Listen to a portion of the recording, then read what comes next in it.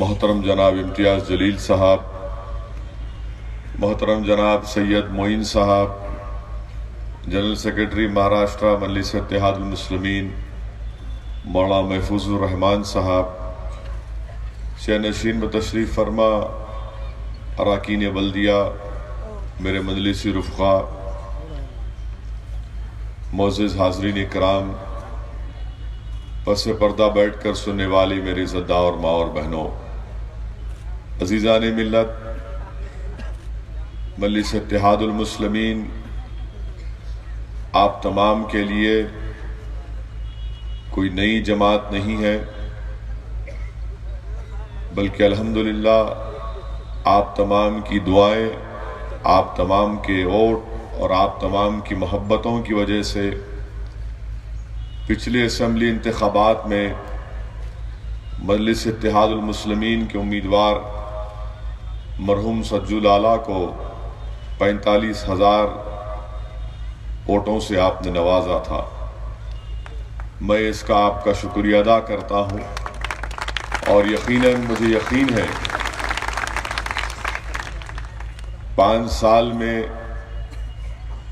हमारा ग्राफ बढ़ा है और मुझे पूरा यकीन है कि अब की मर्तबा अली खान साहब को आप कम से कम 75,000 वोट दिलाकर यहाँ से मजलिस इत्तेहादुल मुस्लिमीन का रुकन असम्बली बनाएंगे।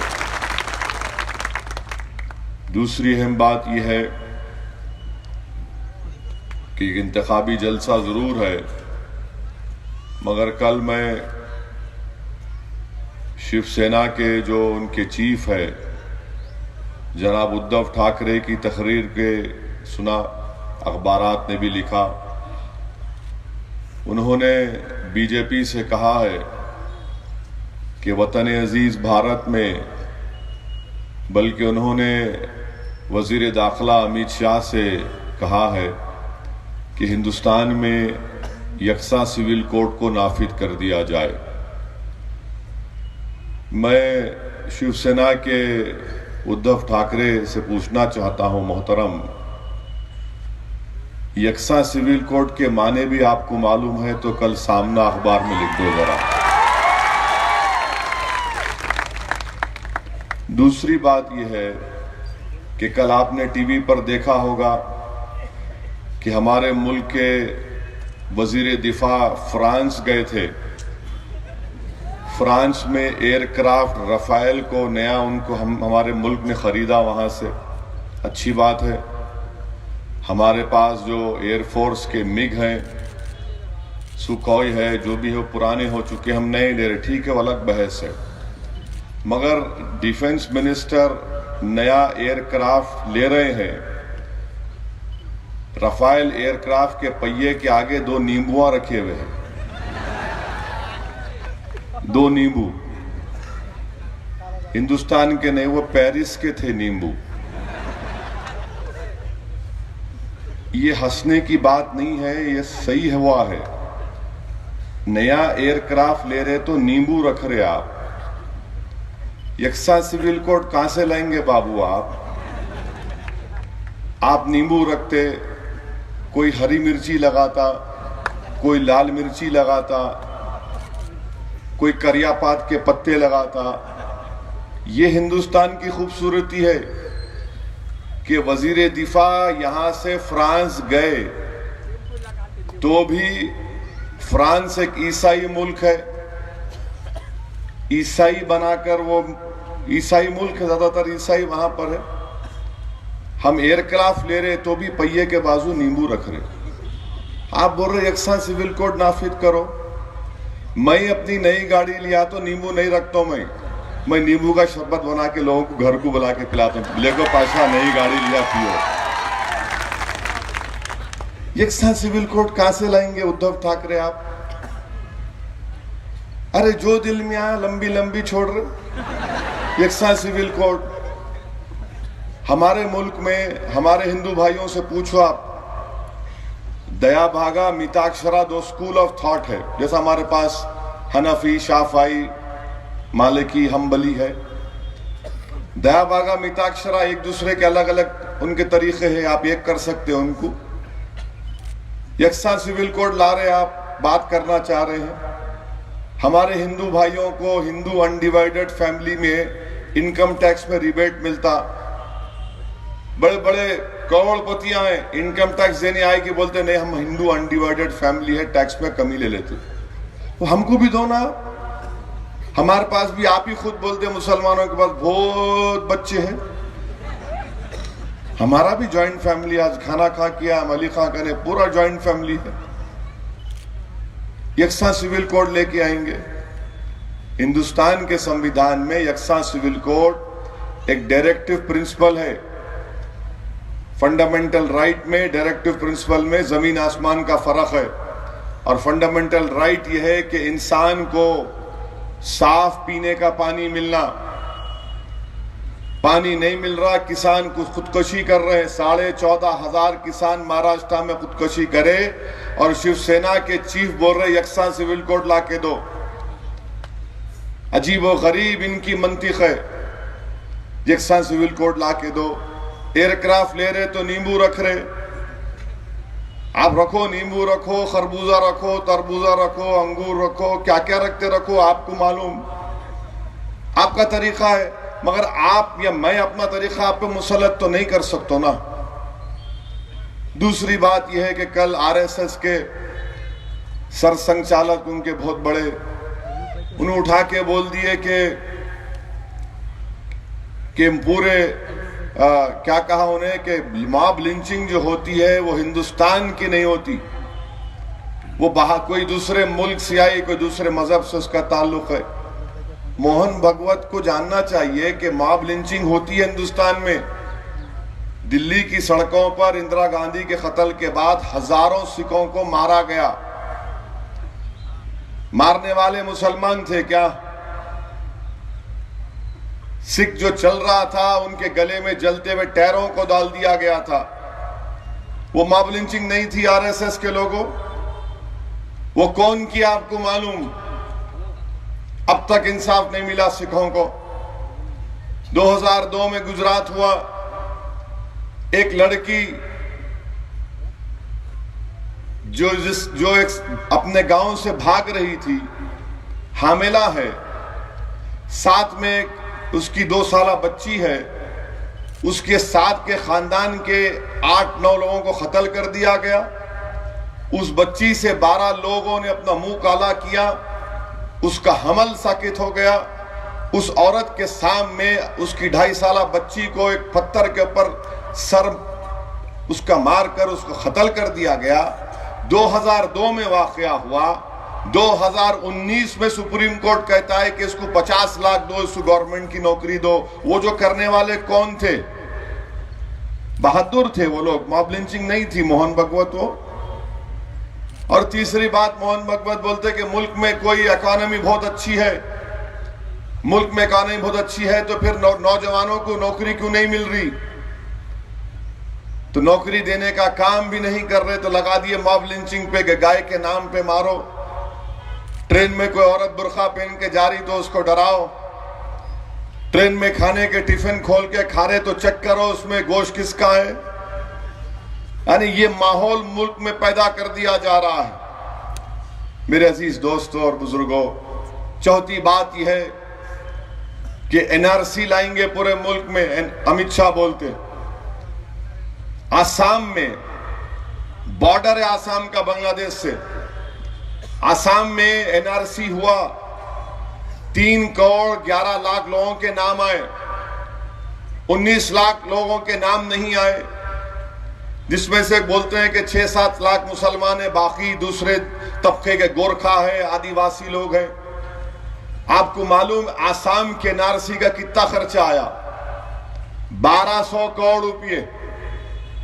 पूरे मुल्क में अमित शाह करने जाएंगे। शाह साहब, ये आपकी शाही नहीं चल सकती, ये आपका पैसा नहीं है, हिंदुस्तान का, भारत का पैसा है। आसाम में 1200 करोड़, मुल्क में अगर एनआरसी करना है तो 20,000 करोड़ के ऊपर होगा। बैंक से गरीब को लोन नहीं मिलता, छोटा कारोबार शुरू नहीं कर सकते, नौजवानों को नौकरी नहीं मिलती।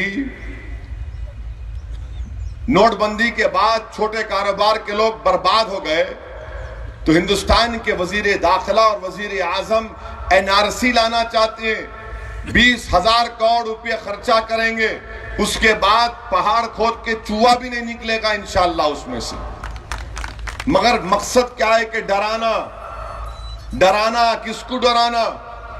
मुस्लिम अक़लियत को डराना। याद रखो, इस मुल्क में मेरी तारीख 100 साल की नहीं है, 200 साल की नहीं है, 300 साल की नहीं है, 400 साल की नहीं है। इस मुल्क में मेरी तारीख 1100 साल की मेरी तारीख है। 1100 साल की तारीख है। अब आप कहां कहां से एनआरसी पूछेंगे, किस किस से जाके पूछेंगे? मकसद एक ही है कि डर और खौफ का माहौल पैदा किया जाए। और आप अंदाजा लगाइए कि किसी को शहरियत देंगे, अगर कोई दूसरे ममालिक से आकर यहां पर रह जाता है और हिंदुस्तान की सिटीजनशिप पूछता है। कल ही मैं 2 दिन पहले एक उर्दू अखबार में पढ़ा कि एक साहब, उनकी शादी 40 साल पहले एक पाकिस्तानी खातून से हुई। 40 साल के बाद उनको हिंदुस्तान की शहरियत मिली। मगर बीजेपी कहती है कि अगर कोई नॉन मुस्लिम होगा तो 11 साल के बजाय 6 साल में शहरियत मिलेगी। अगर कोई बाहर से आके यहां टिक गया तो सबको शहरियत देंगे सिवाय मुसलमान के। बताइए आप, ये फिरका परस्ती नहीं है तो क्या है? मेरे अजीज दोस्तों और बुजुर्गों, हर महाज पर बीजेपी शिवसेना नाकाम साबित हुई है। इनसे आप जाकर पूछो भाई आपने कितनों को नौकरी दी, तो बीजेपी शिवसेना बोलेंगे कि हमने 370 नहीं निकाल दिया। आप इनसे जाके पूछो बैंक से लोन नहीं मिल रहा, तो बोल रहे पाकिस्तान को हम सबक सिखा दिए। और कुछ बोले तो बोलेंगे हिंदू मुस्लिम। अरे तुम अपनी अहम जिम्मेदारियों को निभाने में नाकाम साबित हो रहे, और सिर्फ 370 पाकिस्तान हिंदू मुसलमान की सिटीजनशिप, ये खेल खेल रहे ये लोग। अमेरिका को गए हिंदुस्तान के वजीर आजम हमारे, क्या लेके आए भाई साहब वहां से आप? ट्रम्प से ट्रेड का एग्रीमेंट भी साइन नहीं हुआ, कुछ भी नहीं हुआ। खाली हाथ गए, खाली हाथ वापिस आ गए। फायदा क्या हुआ? मुल्क को फायदा हुआ जीरो, मोदी को फायदा हुआ बहुत, क्योंकि टीवी वाले उनको दिखाते, ऐसा दिखाते टीवी वाले कि उनके दूल्हे भाई समझते उनको। अब खाली मोदी छीके तो दिखाना बाकी है, खांसे तो दिखाना बाकी है। क्या मिला अमेरिका से बताओ आप? उल्टा अमेरिका के जितने बड़े मेंबर ऑफ पार्लियामेंट है वो तनकीद कर रहे हिंदुस्तान पर कि तुमने कश्मीर में जुल्म कर दिया, कश्मीर में 2 महीने से इंटरनेट बंद कर दिया, तुमने कश्मीर में मासूम लोगों को जेल में डाल दिया। और आप ट्रंप के साथ हाथ मिलाकर ऐसा चल रहे थे जैसा कि एक पुराने आशिक कई जमाने के बाद मिलते हैं। ये इश्क मोहब्बत बच्चों के लिए अच्छा दिखता, 70 साल के 2 लोगों के लिए अच्छा नहीं लगता। मगर आप हाथ पकड़ के चले, ट्रंप भी बड़ा चालाक, मैं तो कह रहा हूं ट्रंप से बड़ा बदमाश कोई नहीं है। धोखा दे दिया आपको। अब मेरे अजीज दोस्तों और बुजुर्गों, मजलिस परभनी में जैसा मैंने कहा नहीं पार्टी नहीं है। हिंदुस्तान की पार्लियामेंट में अल्हम्दुलिल्लाह मजलिस इत्तेहादुल मुस्लिमीन के 2 अरकान पार्लिमान हैं। और लोग हमसे सवाल करते, पहले तो मेरे को बोलते थे कि तुम एक हो, अकेले हो। अल्लाह ने कहा कि चलो अब एक और कामयाब। हम 2 पार्लियामेंट में गए, ट्रिपल तलाक का मसला आया, सबसे ज्यादा मुखालिफत और दलाइल के साथ किसने पेश किया? किसने मोदी की सरकार को एक्सपोज किया? मजलिस इत्तेहादुल मुस्लिमीन ने। हमने कहा कि जब मैं तकरीर कर रहा था पार्लियामेंट में, मैं अपनी तकरीर में बोला कि स्पीकर साहब आप क्यों ये कानून ला रहे हैं? हम एक ही बीवी में परेशान हैं। तो पूरे पार्लियामेंट के बीजेपी के लोग ऐसा हंस रहे, ऐसा हंस रहे। मेरे को देख के हंसना शुरू करे तो हम भी, हमारे दिमाग में तेजाबगी है, कौन सा अच्छी चीज। मैं बोला वो उनको मालूम जिसके घर में बीवी है। फिर हंस दिए, नहीं समझे वो लोग, आप भी नहीं समझे शायद, समझ गए, इसका मतलब घर में है आपके। अब जिसके पास नहीं है उसको क्या मालूम। इस वास्ते आप और हम यहाँ आके पूरा जिंदाबाद ये वो नारे मारते, घर को जाते कि क्या क्यों बहुत पुकार रहे, बोलते काम मर इनके पास कोई है ही नहीं, पाशा के पास बस चले। मजलिस इत्तेहादुल मुस्लिमीन ने मुखालिफत की,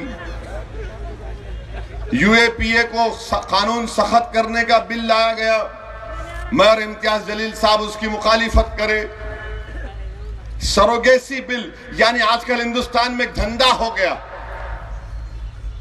कि किसी एक औरत के पेट में किसी एक मर्द का सीमन डालती और वो औरत उसके बच्चे को पैदा करती। उसके खिलाफ इम्तियाज जलील उठ के बोले, हर मसले पर बोले और बोलते रहेंगे इंशाअल्लाह ताला। मेरे भाई, आज आपको मैं कह रहा हूं कि आप भी एक ख्वाब देखो, आप भी एक ख्वाब देखो, जैसा कि औरंगाबाद की आवाम ने ख्वाब देखा कि हमको वहां से हमारा एमपी चाहिए। लोग उस वक्त भी तनकीद किए मुझ पर, बोले क्या कर रहे, हिमाकत कर रहे आप, पूरे मुल्क में मोदी की हवा चल रही, आंधी चल रही। हमने कहा बाबू, औरंगाबाद में जब हम फैसला ले लिए तो इंशाअल्लाह ताला हम अल्लाह से दुआ करेंगे कि या रब्बुल आलमीन, ये तेरे नेक बंदों की, तेरी औलिया अल्लाह की सरजमीन है, जरजरी बख्श की सरजमीन है। या अल्लाह तू यहां पर किसी की आंधी को आने मत दे, किसी के तूफान को चलने मत दे, यहां पर सिर्फ मजलिस की हवा को तू उठा दे। तो अल्लाह ने वो काम कर दिया। अब आपको भी एक अज़म और हौसला लेकर उठना है कि यहां से हमको जो काम हमने सज्जू लाला को जिताने के लिए शुरू किया वो खत्म नहीं हुआ, वो जंग आज भी जारी है और इसकी कामयाबी इंशाअल्लाह ताला अली खान को आप दिलाएंगे। जब औरंगाबाद में इम्तियाज जलील एमपी बन सकते हैं, एक परभनी से अली खान एमएलए नहीं बन सकता? बनना चाहिए और आपको बनाना है। हम अल्लाह से दुआ भी करेंगे और मेहनत भी करेंगे। पूरे वोटों का सही इस्तेमाल करिए। बहुत से हमारे पास है, हमारे गद्दार, ये मीर जाफर, मीर सादिक की औलाद है हमारे पास। जहां तक मेरी आवाज जारी, मेरे दुश्मन अगर सुन रहे हैं तो सुनो, तुम हमेशा साजिश करते हो, तुम गुलामी करते हो कांग्रेस की, राष्ट्रवादी की। क्या मिला तुमको कांग्रेस और राष्ट्रवादी की गुलामी से? कुछ नहीं मिला तुमको सिवाय चप्पला उठाने के। अरे या आ जाओ, तुमको कंधे पे बिठा के फिरूंगा मैं। और याद रखो, जब तुम इस दुनिया से जाएंगे ना तो हम लेके जाएंगे, वो तुम्हारे साहिब नहीं लेके जाएंगे तुमको। हमारा कैंडिडेट मुमरा में, वहां एनसीपी का वो उनका उम्मीदवार हमारे कैंडिडेट को पैसों से खरीद लिया। मुझे यकीन है कि हमारा जो कैंडिडेट पैसों पे बिक गया, जब फरिश्ते नहीं आएंगे इसके लिए, जब इसकी रूह को कब्ज करने कौन आएंगे मालूम? जो कुत्तों की रूह कब्ज करने आएंगे, वो कैंडिडेट जो पैसों के लिए बिक गया, कुत्तों की रूह कब्ज करने वाले थे, रूह कब्ज करेंगे इंशाअल्लाह। खबर में जाना है बाबू एक दिन, डरना क्या है। और याद रखो, हिम्मत से काम करो। औरंगाबाद के तमाम जिम्मेदारों ने सिर्फ 25 दिन में एमपी की सीट जीत गए। ये तो अली खान जिंदगी गुजार दिया तुम्हारे लिए, जिंदगी लगा दिया तुम्हारे लिए। हमारे पार्टी में नहीं थे मगर अवामी खिदमात का एक रिकॉर्ड है। आप खटका मार कर, हाथ पकड़ कर इनसे काम ले सकते हैं। मेरे भाई, मेरे बुजुर्गों, मेरी इज्जतदार माँ और बहनों, मेरी आपसे गुजारिश है कि आज आपको अपने उम्मीदवार को कामयाब करना है। हमारी आवाज होना जरूरी है जमहूरियत में, हिंदुस्तान की जमहूरियत में। याद रखो, एक तल्ख हकीकत है, जिसके नुमाइंदे हैं उसके मसाइल हल किए जाते, जिसके नुमाइंदे नहीं है उससे कुछ काम नहीं होता। इम्तियाज जलील एमपी बने, तो तमाम औरंगाबाद में जहां जहां काम नहीं होता था, सिर्फ इम्तियाज जलील एक फोन करके ऑफिसर को मेरे सामने बोले, क्या है करते नहीं करते, घर पे भाग क्या के बोला कि साहब कल से काम शुरू कर रहा हूं, कल से काम शुरू कर रहा हूं। ये हम कर सकते। याद रखो, जिसके पास ताकत है उसी की इज्जत की जाती है, वरना सिर्फ तो हम और तुम रोते रहोगे, नारे लगाने से कुछ नहीं होता। 21 तारीख को अपने घर से निकलेंगे आप, अपने माँ बाप को, अपने घर के तमाम अफराद खानदान को लेकर सुबह के अवलीन सातों में पोलिंग बूथ को जाइए, अपना वोट डालिए, वोट डलवाइए। नौजवानों, फोन करो सुबह से लेके शाम के 5 बजे तक अपने दोस्तों को, क्या करा, वोट डाला नहीं डाला, जा भाग वोट डाल। बुजुर्गों से कहो वोट डालो। तमाम को लेकर यहां पर हमारा पोलिंग परसेंटेज 80% के ऊपर होना चाहिए इंशाअल्लाह ताला। परभनी का पोलिंग परसेंटेज पूरे महाराष्ट्र में सबसे ज्यादा हो जाना, ऐसा हो जाना है कि अगर आप पोलिंग बूथ को जाकर मशीन में बटन दबाए तो मशीन पुकार कर बोलेगी, अरे परभनी के लोगों रहम करो, मैं मशीन इतना मत दबाओ मेरे को। इतना वोट डालना है आपको और बताना ये शिवसेना के उम्मीदवार को कि तुम हिंदू महाराष्ट्र के असेंबली में खड़े होकर बोलते कि हमारे पास टेररिस्ट है। कौन टेररिस्ट है हमको मालूम है। श्री कृष्णा कमीशन पढ़ो, तुम्हारे नाम, तुम्हारे लोगों का नाम उसमें लिखा है श्री कृष्णा कमीशन की रिपोर्ट में। याद रखो, परभनी हो या महाराष्ट्र हो या हिंदुस्तान हो, मुसलमान का टेररिज्म से कोई ताल्लुक ना था, ना है, ना रहेगा इंशाअल्लाह ताला। हम मुल्क के वफादार हैं और हमको बार बार ये बोलने की जरूरत नहीं है।